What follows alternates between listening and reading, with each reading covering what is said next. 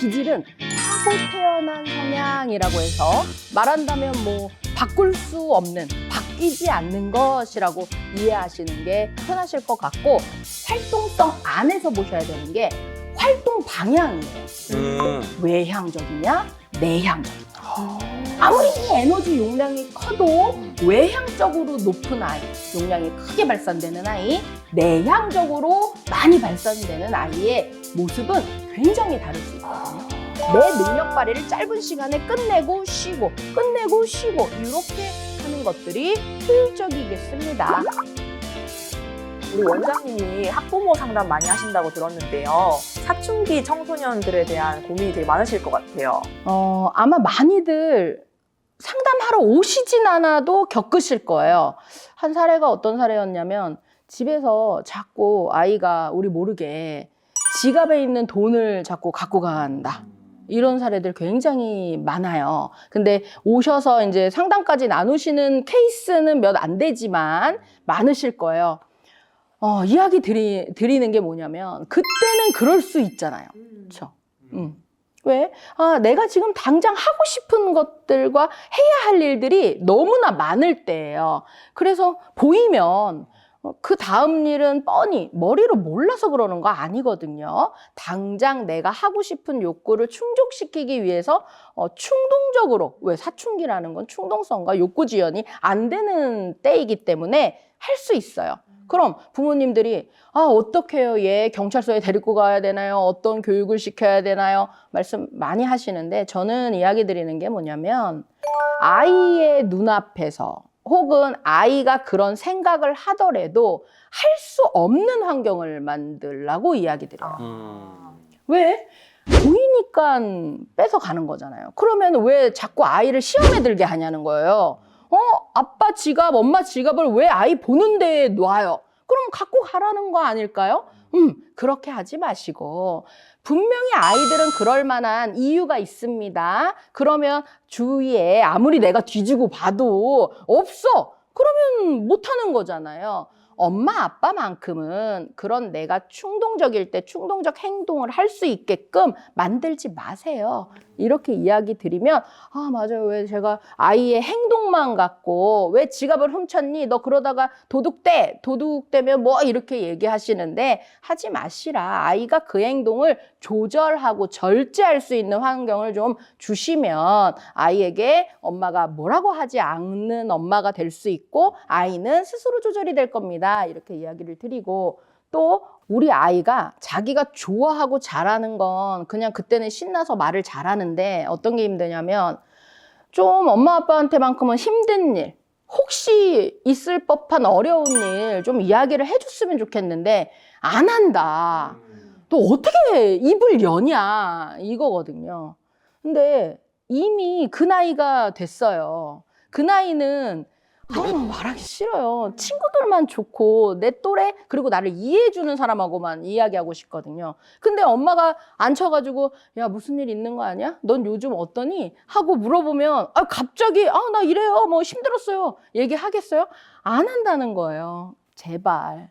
저는 되묻는 게, 예전부터 아이가 힘들고 어려운 일을 말할 수 있게끔 우리 집 분위기 만들어 주셨나요? 아니면 부모님 또한 이야기를 좀 하셨나요? 예전에 이런 것들을 좀 이야기를 드리죠. 그래서 이미 그 시기가 예전부터 발판이 안 됐다면, 지금 갑자기 힘든 일 말해봐, 어려운 일 있으면 도와줄게 말해봐 해도 안 나오니까, 이 시기만큼은 잘 그냥 좋게 괜히 안 쳐다가 물어보지 마시고 지내보세요.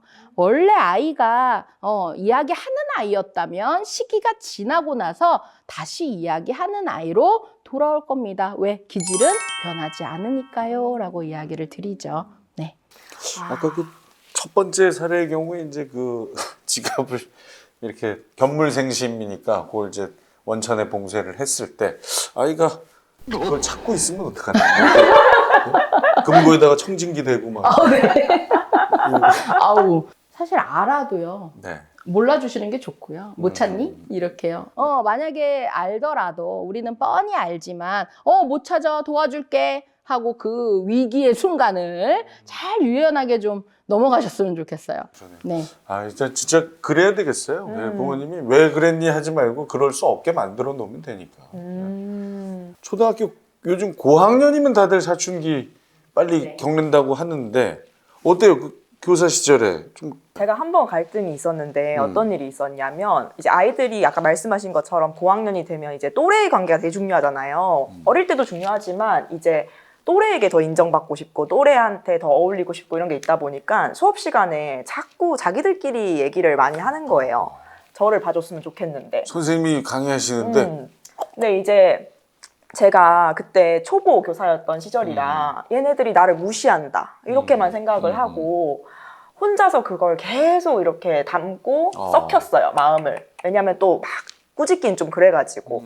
근데 나중에 알게 된 게 뭐였냐면 저는 그 아이들이 저를 좀 싫어하고 무시한다고 생각을 했어요.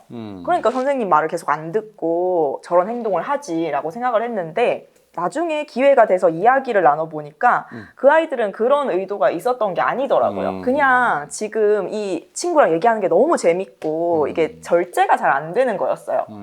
내가 오해를 했구나. 이게 싹 사라지면서 우리 관계도 좀 좋아지고 나니까 아이들 태도도 바뀌더라고요. 집에서도 가끔 이제 그 엄마 아빠랑 뭐 장모님 이렇게 오시고 그럼 이제 대화 좀 하고 있으면 저쪽에서 이제 다른 얘기하고 있거나 이럴 때도 그 이해해줘야 되잖아요. 아유, 그럼요. 네. 이 시기에 제일 이제 아이들이 만족감 얻는 게 뭐냐면 소속감이에요. 소속감. 내가 어떤 무리에 소속되어 있다는 것 자체가 굉장히 행복할 때거든요. 근데 내가 그 무리에 소속되려면 나도 엄청난 노력을 해야 되잖아요. 그래서 소속되지 않은 사람보단 소속되어 있는 사람들의 말을 더 주의 깊고 재미있게 듣는 것들이거든요. 그래서 이제 우리도 사실 부모님들이나 선생님들이나 어른들이 바라는 건 그 안에 나도 소속되길 바라는데 안 맞는 거죠. 네. 반대로 이제 그 어른들 대화에 이렇게 끼고 싶어하는 아이. 야, 어른들 얘기하시는데 너 왜 자꾸 이럴 게 아니라 이렇게 소속 시켜주면 되는 거야. 그렇죠, 그렇죠. 네네. 어서 와. 우리 할머니하고 같이 좀 얘기 하자. 그 다음 달에 우리 주식 투자할 거. 너 어느 종목이 좋은지 네 의견 한번 얘기해봐. 넌 S전자가 좋니? L전자가 좋니? 뭐 이건 아니더라도. 네. 여기서 이제 한 가지 필요하다면 규칙성. 직성. 네. 어른들 이야기 끝나고 기다리면 너 얘기 들어줄 거고 너 기회도 줄 거야.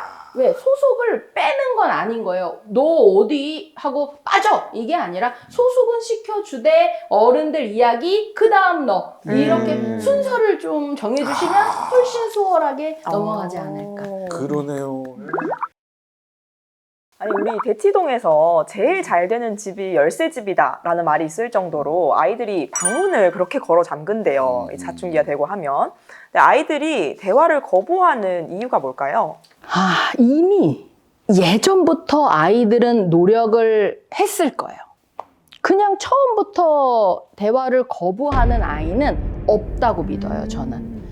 엄마 아빠에게 분명히 예전부터 대화하고 싶어요 라고 계속 노크를 먼저 했을 거라는 거예요.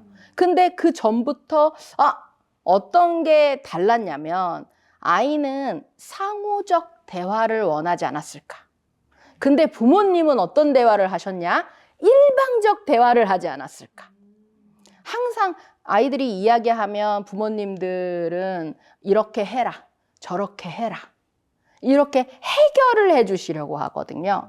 그럼 내 얘기는 이미 끝났어요. 내가 하고 싶은 얘기가 이렇게 수두룩하게 많았는데 결론을 내려주시니까 이래라 저래라. 그럼 나는 입을 닫게 되는 거죠. 그래서 뒷일 나올 게 없어요. 이렇게 일방통행을 하다 보면 아이는 내 얘기를 막 하고 거기서 조금은 주고받고 엄마 아빠 얘기도 듣고 싶고 이런 걸 바랬는데 안 되니까 포기.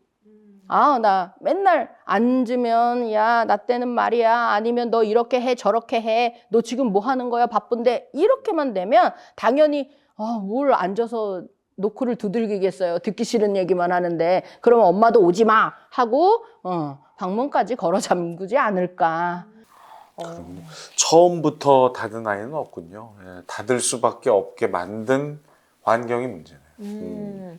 그러면 뭐 잘못은 그렇게 했다 치더라도 이제 해결을 해야 되니까 그런 상황이 되면 부모님들은 좀 어떻게 해야 할까요? 우선은 시간을 좀 마련하셨으면 좋겠어요. 근데 이제 갑자기 야 같이 밥 먹자 어딜 가자 방문 걸어 잠근 아이가 쉽게 나오진 않을 거예요. 근데 뭘 정하셨으면 좋겠냐면 이 시간만큼은 이날만큼은 이렇게 해서 우리 꼭 같이 밥 먹는 시간이야. 아니면 어느 날은 우리 어디 꼭 가는 날이야. 이렇게 귀에 못이 박히도록 슬쩍슬쩍 이제 계속 얘기하는 거예요. 네가 이거는 지켜줬으면 좋겠다 하면서. 그러면 또야 하면서도 이제 미리 아이들이 이제 예상하고 있거든요. 그 시간에 그럼 뭘 하느냐? 아이에게 뭘 질문 안 하셨으면 좋겠어요. 그 시간은 그냥 밥 먹고 무언가를 하는 시간이에요. 그럼 엄마 아빠 이야기를 했으면 좋겠는 거예요. 야, 엄마는 오늘 뭐 어디 가서 누구를 뭘 했는데 아이한테 꼭 들려주지 않으려고 하셔도 되세요. 그냥 부부 사이에도 내가 오늘 어디 갔는데 뭐 이랬잖아. 우리 회사에 누가 어쩌고 저쩌고 그냥 이렇게 일상적인 대화를 하는 부모님의 모습을 좀 보여주시라. 그래야 아이도 그걸 그냥 밥 먹으면서든 뭘 하면서든 보면서 들으면서 애들이 옛날에 어땠냐면요. 끼어들고 싶어요. 나도 그랬는데 우리 반에도 그런 애 있는데 분명히 있을 거예요. 하고 싶은 얘기가. 그런데 안 하는 환경, 못 하는 환경이 됐기 때문에 방문까지 걸어 들어갔다면 아니 지금은 이제 기회가 이제 놓여진 거예요. 근데 처음부터 뭐 이렇게 들어올 순 없으니까 계속 부모님이 편한 마음과 자리를 만들어 주시면 아이도 분명히 끼어들 거다. 그때는 규칙을 지켜라. 너 소속으로 가라. 하지 마시고. 그러면 이제 처음부터 다시 시작해야 돼. 그렇죠. 문 닫고 다시 들어가. 네, 들어와. 해주셨으면 좋겠어요. 대화 중에 살짝 이렇게 틈을 주면 어때요? 막 대화하다가 네. 네 친구는 안 그랬나? 이런 느낌으로. 뭐 괜찮습니다. 뭐. 야. 네. 이게 참 이게 기술이네요. 네, 참 기술이란 표현이 참 좀 뭐 그렇긴 합니다만 아이가 다시 들어올 수 있는 여유를 만들어 주는 거군요. 네. 그러면 문 닫고 얘기를 안 하는 거에서 그치면 다행인데 이제 욕을 하거나 폭력을 행사하는 아이들도 있잖아요. 네. 그런 사연 혹시 접해보셨나요? 그럼요. 주로 이제 어머님들이 많이 오세요. 주로 이제 소통을 엄마가 하기 때문에 아이도 강하고 많은 것들을 엄마에게 쏟아내 버리거든요. 그래서 어머님들이 많이 오시는데 사실 그때 저는 아이가 감정을 표현하는 방법을 잘못 배웠다고 이야기를 드려요. 이미 감정 표현을 충동적으로 배운 아이인 거예요. 근데 그 충동성은 언제 나오냐면 쌓인 게 많을 때. 우리도 쌓아놓는 사람들이 제일 무서워요. 그래서 조용하고 왜 잘 참는 사람들 있잖아요. 그러면 옆에서 잘 참네 착한 사람이다 하시면 안 돼요. 왜? 분명히 불만족스러운 게 있을 거거든요. 그 불만족스러운 걸 낮은 단계부터 아니면 작게부터 좀 표현할 수 있도록 도와줘야 되는데 이런 아이들의 특징은 옛날부터 아니야 싫어 난 안 할래 못하겠어 이런 것들조차도 잘 못한 아이들이 쌓아놨다가 갑자기 쾅 분출하는 게 소리 지르고 뭐 이제 벽을 치거나 아니면 이제 혼자 한 말 했다고 욕을 하고 이제 이런 것들인데 감정 표현을 단계적으로 어렸을 때부터 좀 잘 가르쳐 줘야 되고 가르쳐 주는 방법이 야 감정은 이런 감정이 있는데 이렇게 말하고 저렇게 말하고 이렇게 학습적으로 가르쳐 줄 수는 없으니까 모방할 수 있도록 부모님들이 왜 아이가 듣고 있다고 생각하면 우리도 감정 조절을 해야 돼요. 아무리 화가 나고 서로 기분이 상했더라도 아이가 있네 하면 조금 조절하면서 이야기를 좀 하시거든요. 그런 감정의 다양한 표현 방법들을 보여주고 들려줘야 아이도 모방을 해서 써먹을 거리가 있기 때문에 좀 부모님의 대화를 많이 일상생활에서 좀 보여주시고 또 부모님이 감정 표현 잘 못하시면 아이도 사실 어려운 경우가 많습니다. 여서요. 우선 단계를 엄마 아빠 감정 표현하는 방법부터 좀 제시를 좀 해주셨으면 하고 바래요. 참 엄마 아빠의 참 행동과 생각이 정말 중요하군요. 네. 저희 학교에서는 네. 저 감정 교육을 굉장히 중요하게 생각해서 요즘에는 감정 이름 카드 같은 게 아예 제품으로 나와요. 그래요. 그래서 그걸 사가지고 반 아이들이랑 그 감정이 어떤 것들이 있는지 먼저 알아보고 그 감정을 느꼈던 순간들을 이야기해보는 시간들이 있어요. 왜냐하면 어린 아이들이 이걸 안 배우면 모든 순간을 다 짜증난다고 표현하더라고요. 억울할 때도 있고 화날 때도 있고 뭐 슬플 때도 있고 다양한데 모든 걸 다 짜증난다고 말을 해요. 그래서 그런 교육들도 학교에서 좀 하고 있거든요.